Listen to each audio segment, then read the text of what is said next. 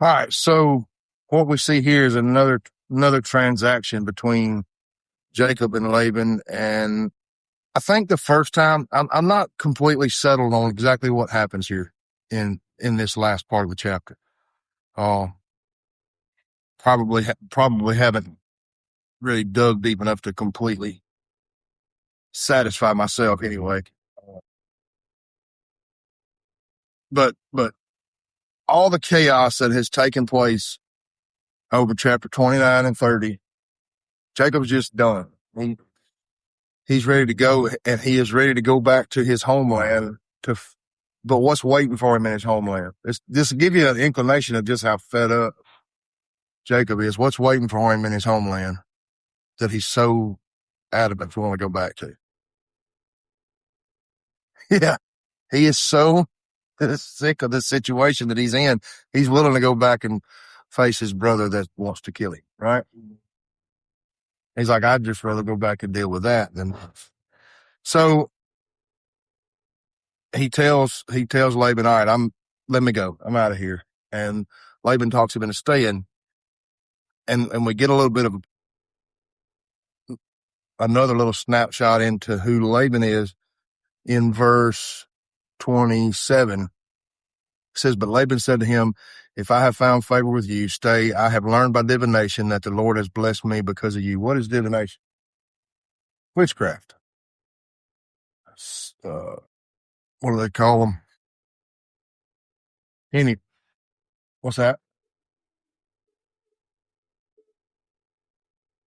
I don't know that it was anything specific. I think it was, reading the tea leaves or whatever. It could have been anything. It was gathering information by,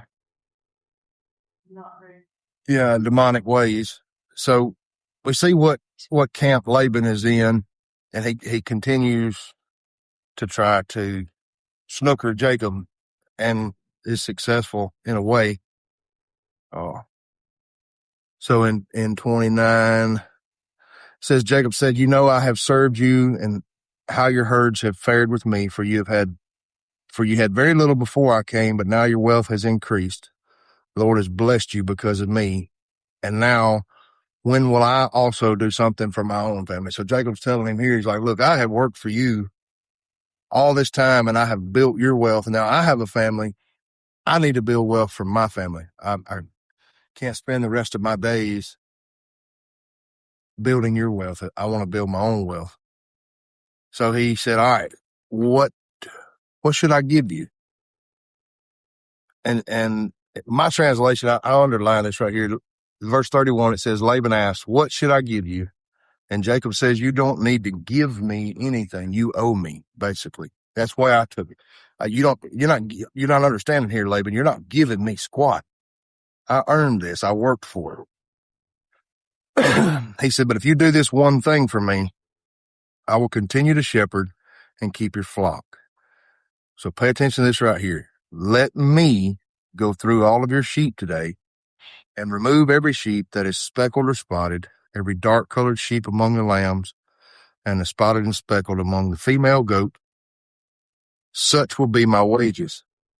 This is not a gift. This is not Laban's generosity. This is what you owe me, Cat, if you want me to stay. In the future, when you come to check on my wages, my honesty will testify for me. If I have any female goats that are not speckled or spotted, or any lambs that are not black, they will be considered stolen. So he's saying, give me the spotted, speckled. You keep the primo, the prime, the pure, the white livestock, and I'll take the speckled and spotted. And that way, killing two birds with one stone. You're keeping the best of the best. And also, if you find one in my flock that is not speckled or spotted, I stole from you, and you can take it. It's yours, Laban said, let it be as you have said. But there, in other translations, they worded it a little bit different, and there's basically some of the teaching I've heard on it is Laban kind of mocked him right there. Laban kind of said, yeah, sure, I don't trust you, So I told y'all to remember back in verse 32, Jacob said, let me go through the flock. In verse 35, who went through the flock? Who separated them? Laban did. Why did Laban separate them? He didn't trust Jacob. So you see this relationship between the two is not based in trust, and that's it's valid considering what Laban did to Jacob in 29. He snookered him big time in 29, didn't he? So that day Laban removed the streaked and speckled male goats and all the speckled and spotted female goats, every one that had any white on it, and every dark colored among the lambs, and he placed his sons in charge of them. Now that's where I'm starting to get kind of fuzzy on exactly what happened here, because it says Laban put them in his son's charge. His sons gave them to his sons. It's leading me to believe that he gave them, Laban gave them to his own sons. And then he put a 3-day journey between himself and Jacob. Jacob went, meanwhile, shepherding the rest of Laban's flock. So, well, I was doing some research on, as you'll see, if we get down through here, Jacob has this really odd breeding method for breeding the sheep. And I was doing some research on what the heck he was doing there. And there was some talk about Laban separated these sheep and then gave them to his sons and put a 3-day journey between them. Laban stole those sheep. That's their argument. I like I said, I need to dig more into this. But Laban took the sheep that were going to be Jacob's wages, gave them to his sons, and put a 3-day journey between them. So he basically stole those sheep from Jacob. Now, like I said, I ain't settled on that, but that's some of the stuff that's out there.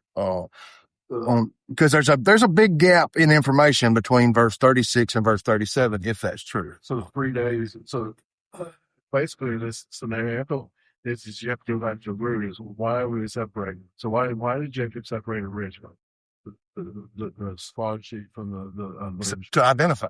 And it also gave Laban the favor of the sheep, right? Whatever happened. So the separating the 3 days was to give them enough space away from them so there's no mixing of the sheep. That was my original understanding of it. But then verse 30, or I guess it'd be the end of verse 35, where it says he gave them to his sons. Did he? I want some more clarification. Did he give them to his sons or Jacob's sons? Because that's the gray area that makes that other possibility, potentially valid. I would say he's trying to throw it in Laban's favor to make him say he might be right. Yeah. So, and there's some stuff toward the end of the chapter as well that kind of, you want to be careful not to read put your understanding into the scripture as you're reading it. You want to read it for what it is and not put any kind of tradition or anything. If you can read scripture through any lens you choose and you can twist it to fit what you want it to be. And that's what I'm trying to be careful. Yeah. Is it inconsequential? Possibly, but there also may be something there that we need to know, something we need to learn there if that's the case. So anyway, back to where did we get to? 36. He put a 3-day journey between himself and Jacob. Jacob, meanwhile, was shepherding the rest of Laban's flock. Jacob then took branches of fresh poplar, almond, and plane wood and peeled the bark, exposing white stripes on the branches. He set the peeled branches in the troughs in front of the sheep, in the water channels where the sheep came to drink, and the sheep bred when they came to drink. The flocks bred in front of the branches and bore streaked, speckled, and spotted young. Jacob separated the lambs and made the flocks face the streaked sheep and the completely dark sheep in Laban's flocks. Then he set his own stock apart and didn't put them with Laban's sheep. So that's the kind of weird something I don't really, even in some of my digging and Googling and this, that. Also, I remember one time I was talking about a sheep bird, and they put like that strap on this thing that was like from one of the male. I say Mark, he had feet, and then he did his thing for female, killed Mark female. So he had to red, we should go up pretty Yeah. or you know, and he's Yeah. Yeah. yes, it's Well, but at least my translation anyway said he took poles and he stripped the bark off to make them striped and put them in the water troughs in front of the sheep. It almost sounds witchcrafty. Well, that's what I was fixing to say. The digging that I've done on that, and I haven't done enough to really settle on what I think it was. That's one of the options. Is that was a crap? What's the word? Superstition. That was a superstition, or it was some kind of witchcraft type thing. My notes in here says no husbandry manual teaches that animals that breed in the sight of peeled branches produce speckled offspring. God was supernaturally guiding this breeding program. In the end, the weak sheep belong to Laban and the stronger ones belong to Jacob. This is another example, if that be the case, that this was just some sort of superstition. This is yet another example in this family of no matter their stupidity, no matter what they did, God was still upholding his end of the deal. There is another option, and it's how I've always leaned. I know you've probably thought about it, but we tend to set in stone, this is what happened. Jesus only spoke to this person because we know it because it said it. It could be that he did hear from God, and that was something the Lord told him to do, because he did some funky stuff. The Lord had to do some funky stuff. Sometimes for their own, this is an act of faith, and it could have been that. It could have, but I would think that would be in the text. You would give him credit for it. If that was the case. Yeah. If God had told him to do that, yeah, I think it would be in the text. Agreed. I think the more likely explanation is that Jacob was being stupid and God blessed him anyway. It's like, look at Jacob Bill all this tweet. Because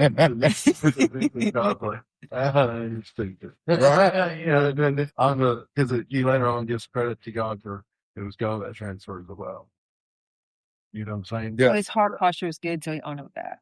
And I think I haven't actually read ahead, but some of the research I said there is an explanation further into Genesis on why he was doing what he was doing with the striped poles, but I haven't gone that far ahead and checked that out. But it's a very interesting chunk of text here. It's just Well, you think you were using like Jacob using this like that much superstition, but in the end, he really saw how much he needed God's guys. Not what it wasn't what Jacob was doing. Yeah. Most certainly. He said, "No, how silly I thought were, but I thought I was doing, make it happen. It was God." Yeah. That's best case scenario, I feel like. Well, I think that's what John's pointing to. You said he does give credit to that later on. Right.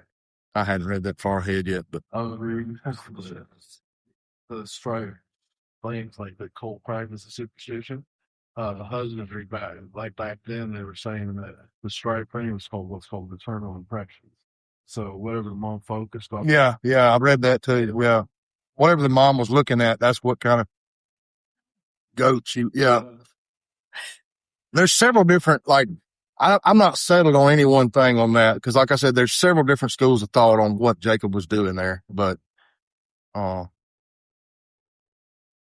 way or another.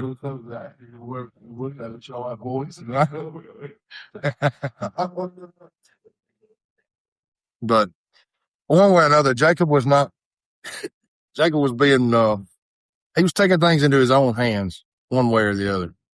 And it's painfully obvious, and we all know this, and it's easy to look into Jacob's life and say, you dummy, God took care of that, and it had nothing to do with your strength. But how many times do we miss that in our own lives, right? You may be doing. I want to be brutally honest with you. I can remember times, and like it would just be a fleeting thought. It wouldn't last long, but it was still happen. I would be praying about something. God, put your hand in this, fix this situation, and something would happen, and the situation would resolve. And I'm like, man, I'm glad God didn't have to take care of that. I'm glad that worked out, so God didn't have to. Like, how stupid a thought is that? You know, that that's as Jacob as it gets right there. You know, glad God didn't have to take care of that. I'm glad that worked out. How do you think it worked out, bud? But hey, we all got to learn and grow, right? We got to learn from it, from doing that, do different, learn our lessons. That's right. As for the weaklings of the flocks, he did not put out the branches, so it turned out that the weak sheep belonged to Laban and the stronger ones to Jacob. And the man became very rich, had many flocks, female and male slaves, and camels and donkeys. Like I said, this one wasn't going to be very long. I don't have just a whole ton of notes on that situation, but reading process. yeah. Yeah, Jacob was obviously a good shepherd because he multiplied Laban's flocks exponentially, made Laban extremely wealthy. But long story short, Jacob still relied on himself and relied on his own understandings. And the whole time it was nothing more than God's promise that was taking care of him. And every single one of us are in that same exact boat. There's nothing that we can do, nothing that we can say, no amount of shouting and jumping and kicking and carrying on can change anything. And then the law made it got on each other. Perception. Yeah. You got a back. And what we'll see in the next chapter, I think it's the next chapter or the one after, Jacob's situation at home that he was probably concerned about, God resolved that as well. I don't want a spoiler alert, but Esau welcomed him home. Esau loved on him. He had to go to all those lengths. Right. he probably could have saved himself a lot of heartache and trouble if he would have faced that in the beginning. But partly it was somebody going to go back on the Esau. But the reality is, if you knew what God promised them, you need to get back to them. That was You really think it took that much chaos for him to realize that? What did he realize? It's so funny times with all elements and I'm so like this. I didn't how far I was supposed to stay. You know that he died. when he's so distracted by Rachel and then Leah and all that, and that's 14 years later. Oh crap! There's been problems, gotta get back to it. Just think about spending 14 years of your life a slave, in a sense, That's only years and realizing, oh yeah, there's a covenant promise. I've just wasted 14 years of my life. Because 14 years with big deal. Like 30 years old, you never buy 44. Yeah. When you hit 44, it's there. I spent 15 years in alcoholism. Wasted that 15 years. I could have been out ministering and doing things. And I think it was preserved. Well, like I said, I didn't have a whole lot on that this morning. I just wanted to kind of chew over it together. Anybody got any questions or comments they want to add to that? That's definitely got to learn from our lessons. Yes. We got to pray about it and keep moving forward. I mean, I'm not like Jacob. Yep. Well, you got something? I would say I think it basically saying it's not us, it's him. And the more you read in this book, the more that same story repeats itself over and over and over and over again. This book is 3 inches thick of God trying to tell us it's me, not y'all. Or, whatever, you missed it. Yep. Yeah.